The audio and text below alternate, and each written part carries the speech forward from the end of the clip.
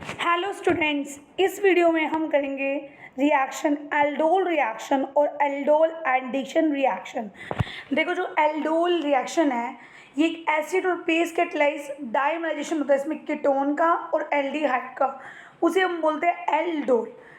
Aldol में जो L है वो इंडिकेट करता है एल्ड मीन्स एल्डिहाइड, मतलब कि आपके प्रोडक्ट में एक क्या होगा एल्डिहाइड, ओल मतलब और साथ में क्या होगा एल्कोहल। ठीक है, और इसमें होता क्या है मेनली डाइमराइजेशन होता है, दो मॉलिक्यूल होते हो आइदर एल्डिहाइड के या फिर कीटोन के। ठीक है, और इसमें बनेगा क्या प्रोडक्ट हमारा एल्डोल। एल्ड मीन्स एल्डिहाइड और ओल मीन्स एल्कोहल। तो ये बोल रखा है इसमें जो प्रोडक्ट है एल्डिहाइड और एल्कोहल दोनों है, इसलिए इसका नाम एल्डोल है। और ये जनरल टाइप की रिएक्शन है, इसलिए इसका नाम है एल्डोल एडिशन रिएक्शन। एडिशन का मतलब क्या है कि C+O के मतलब कार्बोनाइल ग्रुप में हमारा एडिशन हो रहा है। तो देखो ये पहला मॉलिक्यूल लेके दिखा रखा है, इसमें हम इसके दोनों मैकेनिज्म पढ़ेंगे, एसिड कैटालाइज भी और बेस भी। तो देखो पहले मैकेनिज्म डिस्कस करते हैं, फिर डायरेक्ट प्रोडक्ट बनाना सिखाऊंगी। मैकेनिज्म में पहले बेस कैटालाइज रिएक्शन क्या करेंगे, हमने लिया एक एल्डिहाइड या कीटोन का लो, तो कीटोन का ले रखा है यहाँ पे, कीटोन लिया यहाँ पे CH3 CH2 C+O और क्या लिया R। और आपको पता जो अल्फा हाइड्रोजन है वो कैसी होती है एसिडिक, ये हम लास्ट सेक्शन में भी डिस्कस कर चुके हैं। क्यों होती है एसिडिक, क्योंकि जब ये हाइड्रोजन रिमूव होगी यहाँ से तो यहाँ पे क्या जनरेट होगा नेगेटिव चार्ज, और ये जो नेगेटिव चार्ज है वो क्या होगा कॉन्जुगेशन में होगा किसके साथ CO के साथ, तो इसलिए अल्फा हाइड्रोजन क्या होगी आपकी एसिडिक। तो पहले बेस आएगा और क्या करेगा बेस अल्फा हाइड्रोजन को एब्स्ट्रैक्ट कर लेगा। तो देखो फर्स्ट स्टेप में यही दिखा रखा है यहाँ पे इसमें कि बेस आया और बेस ने क्या किया H लिया और ये इलेक्ट्रॉन यहाँ ट्रांसफर, तो हमारा बन गया CH2 नेगेटिव CO और क्या है R।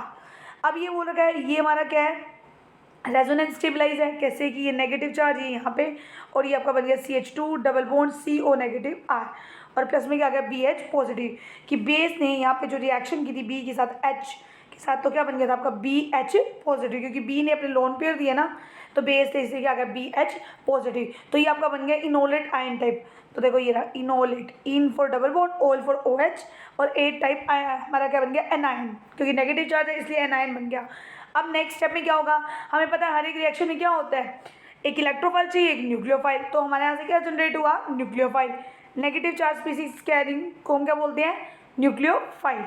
अब नेक्स्ट स्टेप नंबर 2, अब जो इनोलेट आयन बना है तो एक से तो हम न्यूक्लियोफाइल जनरेट करोगे और दूसरे में क्या होगा जो C कार्बोनाइल है वो किसकी तरह बिहेव करेगा जो कार्बोनाइल सेंटर है इलेक्ट्रोफाइल की तरह।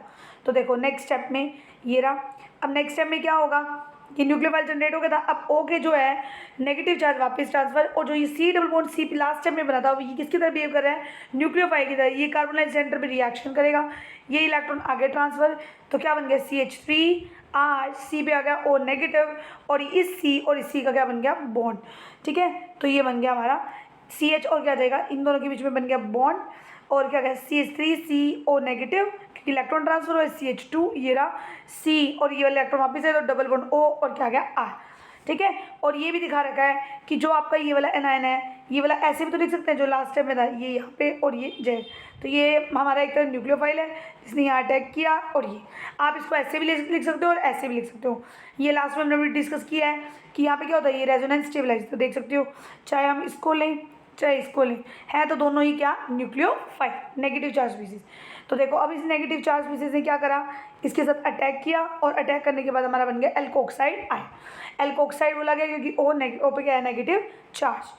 अब आगे देखो, अब ये जो O नेगेटिव है ये नेक्स्ट स्टेप में क्या करेगा BH आएगा उससे H लेगा और हमारा क्या बन जाएगा product CH3 COH R CH2 COR और क्या निकल गया साथ में B, तो ये आपका बन गया प्रोडक्ट। ये आपकी है बेस कैटालाइज रिएक्शन।